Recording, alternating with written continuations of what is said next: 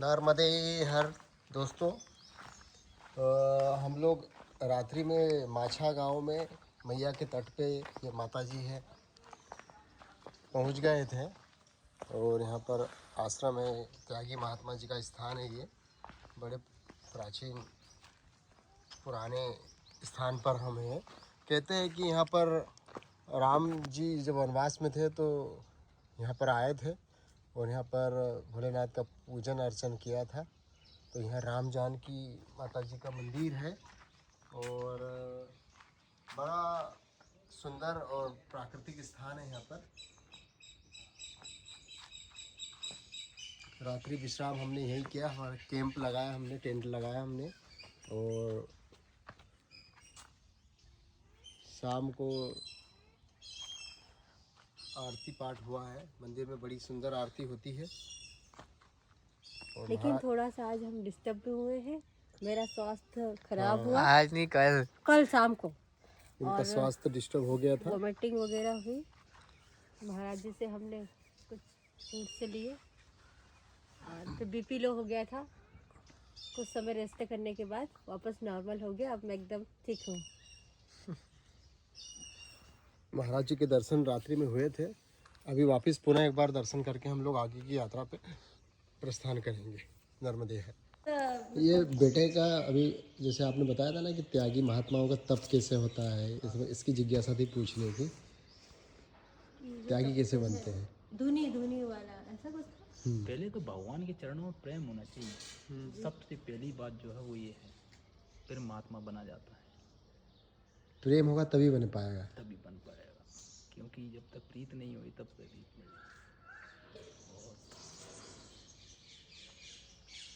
और संसार से हम जितना लगाव करते हैं वो पूरा छोड़ के उन्हीं में लगाना पड़ता है।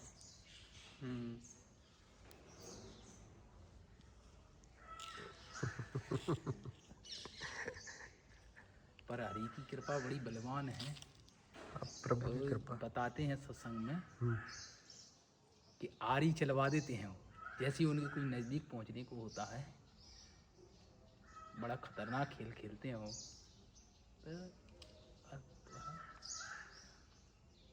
पर अनुभव में फिर कहेंगे है सत्य, है वही, उन्हीं की लीला है, उन्हीं की कृपा। बाकी कर्म सबसे बड़ा बलवान है। कर्म हमारे अच्छे होंगे, हमें वैसा ही परिणाम उसका देखने को मिलेगा।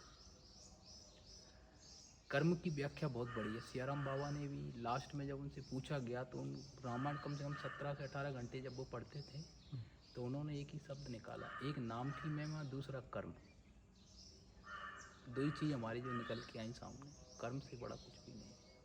कर्म आपके, इसलिए प्रारब्ध किसी का नहीं कटता, पूरा किसी का नहीं कटता, भोगना ही पड़ता है, चाहे फिर वो साधु चाहे फिर वो कर्म नहीं करता। जड़ से तो वो कटता ही नहीं। देखो ना, महापुरुषों ने भी भोगे हैं, सबने हो गए। किसी को कैंसर था तो किसी को कुछ है, किसी को कुछ है। ये सब कर्म का ही परिणाम है। तो अगर आप अच्छा भोग रहे हो तो अच्छा कुछ होगा। हाँ, बस ये उनकी कृपा होती है तो वो मालूम नहीं चलता। बस बस बस ये सही बात है। बहुत कभी उनका सुन रहे थे हम, उन्होंने पता नहीं क्या नाम बताया था उनका। चने के जो छिलके होते हैं वो पाते थे वो, और पता नहीं क्या कुछ होली के टाइम पर उनको एक पिचकारी से कुछ ऐसा लग गया था उनके कान में। बहुत बड़े महापुरुष हैं वो भी। पर्दा फट गया था उनका, पर नाम में वो इतने लीन रहते थे कि उनको कुछ सुधबुद्धि नहीं थी। जब उसमें से कीड़े बाहर आने लगे तब लोगों ने उसको देखा। लोगों ने कहा, बाबा जी आपको तो इतने कीड़े पड़ रहे हैं। तो फिर उन्हें छोटा मोटा दिखाया, फिर वो वहाँ काम नहीं चला, फिर दूसरी जगह गए वो उसको दिखाने। तो डॉक्टर बोला कि आपका ऑपरेशन करना पड़ेगा। तो ऑपरेशन करा रहे थे तो उन्होंने कहा ठीक है, कान को सुन्न वुन्न करने की ज़रूरत नहीं है, आप तो अपना ऑपरेशन चालू करिए। और उन्होंने बस अपनी आंखें बंद कर ली और ध्यान में हो गए वो मगन। और फिर जैसे ही उनका ऑपरेशन शुरू हुआ ऑपरेशन ख़त्म हो गया। ऑपरेशन के उठने के बाद फिर वो डॉक्टर ने कहा हाँ हो गया, उनको बताया हो गया, अब आप रेस्ट करिए, नहीं रेस्ट नहीं, उठ के चल दी। तो नाम जिनके नाम की बड़ी महिमा है, नाम का बड़ा अपार है। तो काउंटर तुम रखे ही हो, जपते चलो। वो बदलता है, जी जी। उससे भाव प्रकट होता है अपने अंदर। छोटी छोटी ध्यान रखना जीवन में कभी भी। हम तो ये कह रहे हैं, भले ही एक बार को दोस्त को ना खिला के, कोई तुम्हें अगर ऐसा रास्ते में ज़रूरतमंद मिल जाए उसको पवा देना, फिर देखना तुम अपना आनंद महसूस करो कैसा होता है।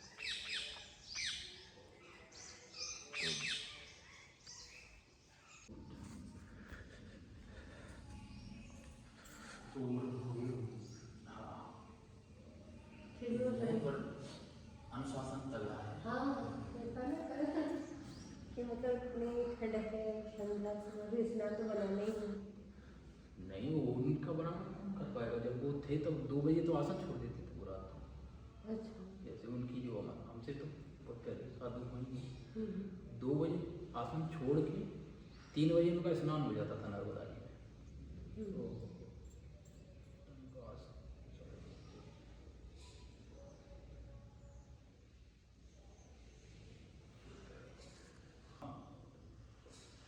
18 साल का रहता है, उन्होंने 22 साल नहीं तपा है। धुनी का भी रहता है नियम। वो भी उनके भगत जगत आते हैं, उन्होंने छुड़वा दिया, नहीं तो छोड़ने का मूड नहीं था, तो कहा तपते रहे।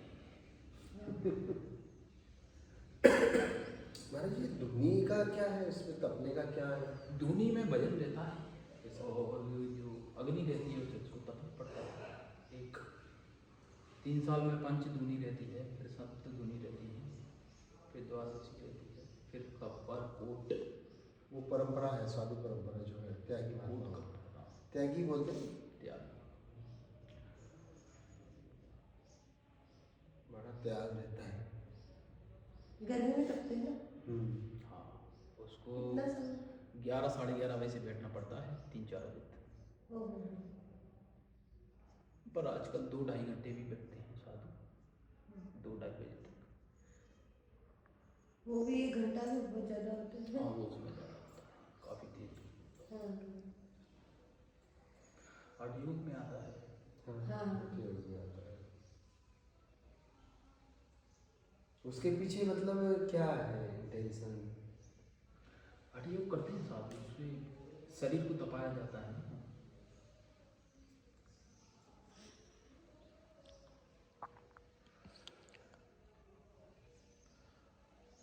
शरीर को कष्ट देना और जाप भी रहता है। उस टाइम पे जाप देता होगा।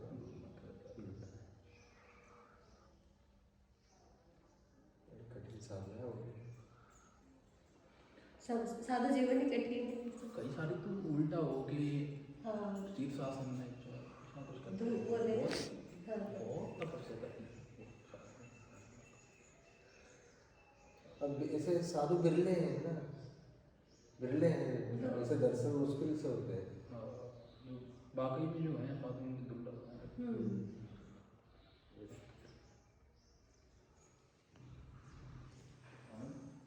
तो उनके पास इसलिए है, उनसे काफ़ी सारी चीज़ें सीखने की मिलती हैं। और अनुशासन में कहते हैं,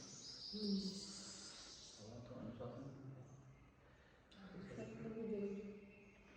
साधु जैसे जो हैं योगा साधु के लिए अनुशासन बहुत जरूरी है। जी सही बात है। नहीं तो संसार खींच ले जाएगा। वो लग जाएगा व्यक्ति, अनुशासन नहीं होगा, जिसके लिए सब कुछ छोड़ा उसी में फंस जाएगा। उसी में फंस। आप कहाँ से हैं? हम वैसे सभी का अखाड़ा तो दिगंबर ही है। हाँ। बाकी जन्मभूमि का ऐसा रहता है, बताते हैं उसका छोड़ दिया तो फिर कितनी उम्र से छोड़ा? मेरे को ज़्यादा नहीं है, टाइम कम है। मतलब ये किसी किलोमीटर ट्रेनिंग पे है? हाँ, ट्रेनिंग तो बढ़ गई है, अब तो चालू हो चुका है। ट्रेनिंग तो साधु बनने से पहले हुई थी, तब तो साधु बने। हाँ, ये बात बहुत सही कही। उससे पहले भी कई तो व्यक्ति डायरेक्ट साधु नहीं बनता, वो साधु के बीच में रहता है। पहले संगत मिलती है, हाँ। फिर उसके बाद साधु। सही बोला। साधु के संग रहते हैं तो फिर वो साधु खुद ही समझ जाता है, तो वो खुद ही तुमसे कह देगा हमने कभी नहीं कहा दीक्षा चाहिए, तो तुम सेवा वाव करोगे सब कुछ करोगे तो उनके मुख से। पर एक बार ये आवाज़ निकली थी, उसके बाद हमने दीक्षा ले ली थी। एक बार हमने था साधु बन जाओ।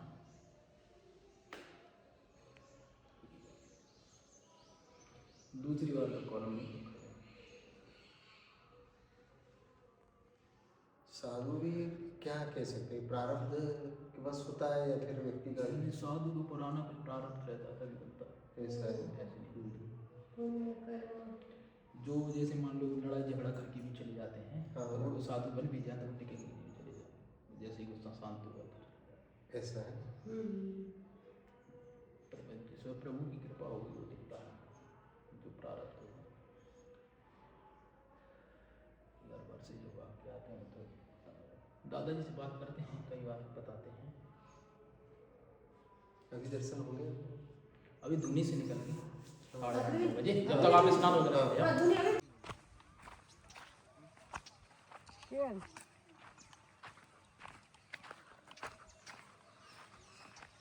कहीं भी संस्कृति अगर जिंदा रहेगी ना पूरे विश्व में, तो नर्मदा किनारे दिखेगी अभी। हमारे अलग है, ये एकदम डिफरेंट अलग ही माहौल है। लोग अब आज कल शाम को जो लोग भोजन बना रहे थे वो डेली आते हैं गाँव पे, डेली भोजन बनाते हैं। शहरों में भी है ऐसा, अच्छी बात नहीं है। आंतरिक रूप से भाव होने चाहिए, अधिक भाव से। जय हो माई की।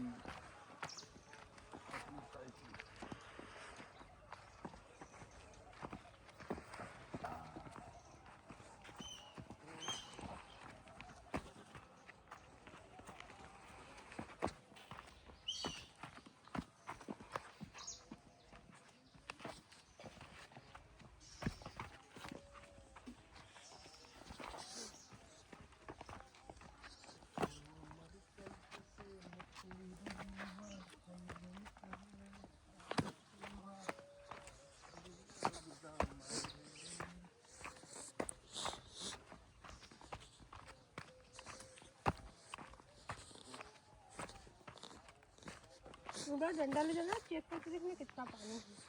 तुम्हारे जो बहुत कम आते होंगे।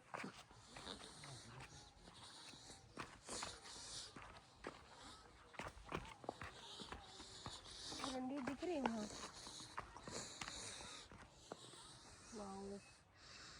देखो पक्षी बहुत सारे हैं, इस साइड होने थे इनको सर, वो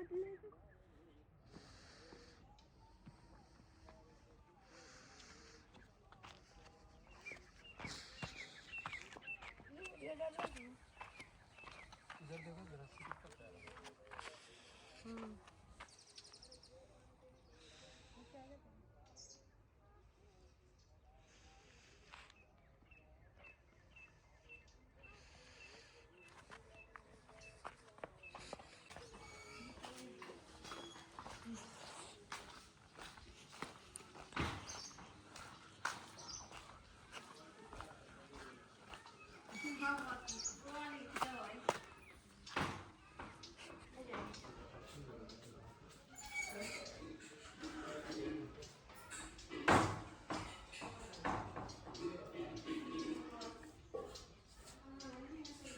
गुरु बना के भजन करने से ओकर लाभ बहुत ज्यादा होता है। जी महाराज जी।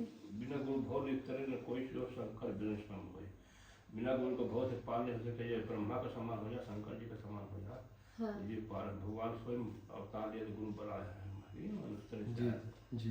इन्होंने तो हो गई थी बचपन में एक बार। हाँ, लेकिन कोई संप्रदाय से रहना से ठीक है। जी महाराज। लेकिन अभी तो यह शिवरात्रि संक्रांति का मेरा होगा रामर्चन, अंदर होगा मकर संक्रांति 15 तारीख के। जी। अभी यहाँ पर है ना प्रोग्राम। रामर्चन जानते सुने हैं, देखे हैं?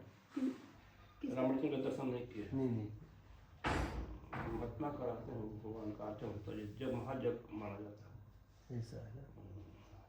11 साल नहीं, 18 साल तक धुने में तपे हैं बाहर 11 से 4 बजे तक, 11 बजे से 4 बजे तक, और गर्मी की धूप में, गर्मी में 11 बजे किसे 4 बजे तक, दोपहर में 11 से 4 गर्मी में ऐसे तपते हैं। इनको त्यागी बोलते हैं। घंटे लगा लेते हैं आसपास, बीच में बैठते हैं। ये महात्मा जी का 18 साल का है, 20 साल का होता है। अभी उन्होंने बताया महात्मा जी ने कि फिर उनके जो भक्त आए उन्होंने फिर छुड़वा दिया कि महात्मा जी अब बस, अभी 2-4 साल से उन्होंने बंद किया, 25 साल से यहाँ है। इतना तप है उनका। इतना कैसे चल सकता है यार आदमी, थकते ही नहीं है। भैया जी है ना, हाँ है तो बहुत जगह देख रहा हूँ स्पीड आपकी है।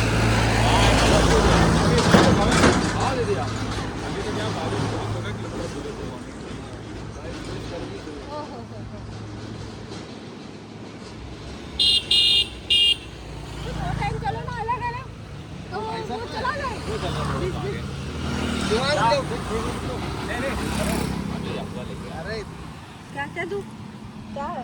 बहुत बढ़िया, आज पहुंच जाओगे आप। हमको क्या नहीं नहीं, फिर भी कहाँ से होते हम लोग सही से देखो मैं कुछ दो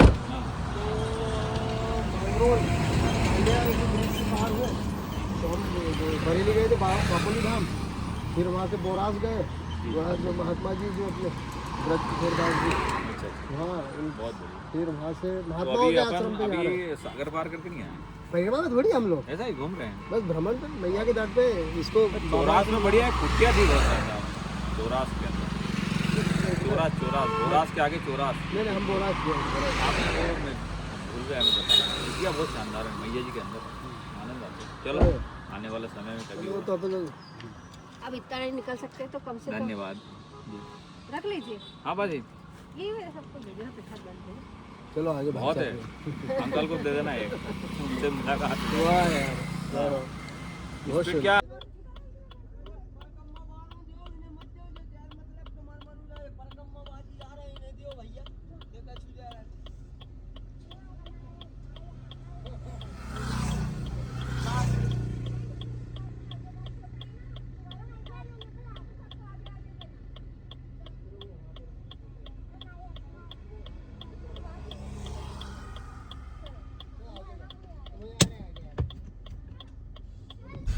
ये हम आ गए बांद्राभान घाट पे, दोनों तट पे बांद्राभान है। अभी उससे Head पहले west. हम आए थे जब उस तट पे थे। Sharp left, then turn left. यहाँ पर मैया का स्वरूप बहुत ही सुंदर है, मनोरम दृश्य जी है। दोनों तरफ से पहाड़ बना हुआ है, बीच में टापू है और आगे जाके संगम हो रहा है मैया का। और हम लोग यहाँ कैंपेनिंग के लिए आए हैं, मैया को पार करके एक साइड से।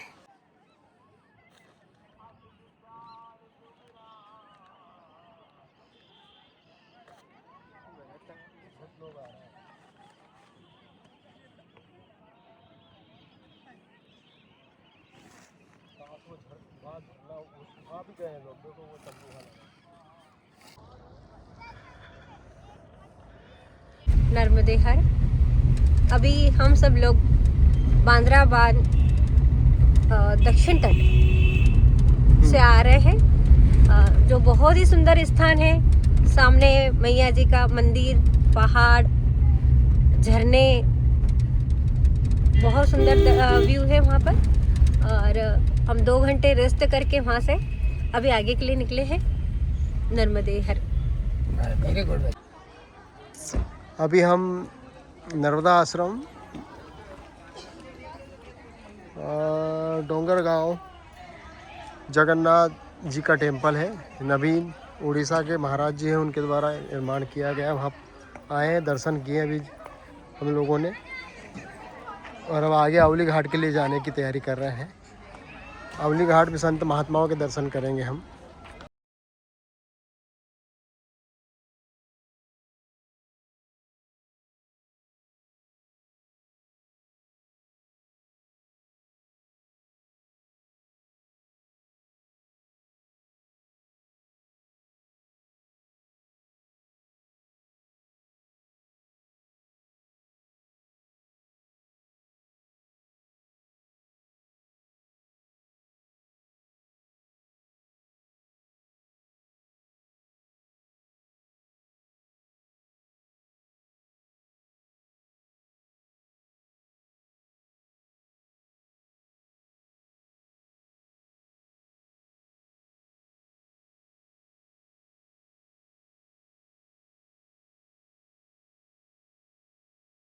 प्रदायकं खलु मलोगवारहारि सर्वतीर्थनायकं शुभस्य कच्छनत्र चक्र मदे त्वदीयपादपङ्कजं नमामि देवि नर्मदे भागवीरमीरपूरपापदूतभूतलं जना समस्तपादकारिदारितापदाचलं जगल्लये महाभये मुकुन्द नर्मदे त्वदीयपादपङ्कजं नमामि देवि नर्मदे लक्ष लक्ष पिण्डरामया सुरादिपूजितं सुलक्षणीरतीरधीरपक्षिपूजितं वसिष्ठशिष्य पलादकर्दमादिशर्मदे त्वदीयपादपङ्कजं नमामि देवि नर्मदे अभोमृतं श्वनं श्रुतं महेशकेशजातटे किरातसूतवाडवेषु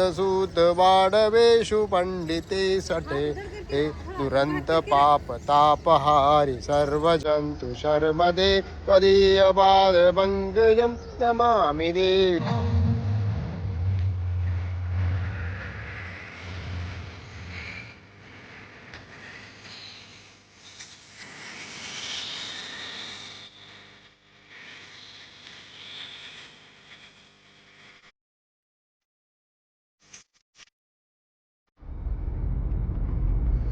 दोस्तों हम लोग जो ये यात्रा पे थे, आध्यात्मिक यात्रा पे, स्वयं को जानने और समझने की यात्रा थी और माँ नर्मदा की कृपा है जो हमको बुलाती हैं और हम उनसे ये अपेक्षा रखते हैं, मैया जी का आशीर्वाद चाहते हैं कि वो हमें अवसर जब भी मिले तब हमें अपने पास बुलाए और अपने भक्तों से, अपने सेवा करने वाले लोगों से मिलवाए, उनके दर्शन करवाएं हमें। हम दर्शन करके कृतज्ञ होना चाहते हैं। ऐसी हम पे कृपा मैया की बनी रहे। ये उद्देश्य, हम स्वयं संतों के दर्शन करना चाहते हैं, उनके आशीर्वचनों को सुनना चाहते हैं और मैया का गुणगान जो वो बताते हैं उसकी महिमा को जानना चाहते हैं। इस तारतम्य में हमारी ये यात्रा होती है और आगामी जो नर्मदा परिक्रमा यात्रा होगी उसका उद्देश्य भी यही होगा कि माँ नर्मदा के तट पे जो तीर्थ स्थान है, जो नर्मदा पुराण में, नर्मदा महात्म्य में, स्कंद पुराण में जिनका वर्णन है, उन स्थानों पर पहुंचकर वहां पर हम अपना थोड़ा सा समय देकर उस स्थान की, उस दिव्य चेतना का, उस दिव्य शक्ति को महसूस कर सके और जान सके। बस इसी के तारतम्य में अगली हमारी जो परिक्रमा, नर्मदा परिक्रमा होगी, बाइक से हम लोग परिक्रमा करने वाले हैं। फरवरी में हम लोग निकलेंगे तो उसी कड़ी में होगी। हम कोशिश करेंगे कि हम ऐसे जो स्थान है वहाँ पर जाकर उनको कैप्चर करें। हम वीडियो शूट करना या कोई सब्सक्राइबर बढ़ाना ये उद्देश्य नहीं है हमारा। हम ये चाहते हैं कि हमारी जो आध्यात्मिक यात्रा हो वो हमारे पास जीवन पर्यंत हो।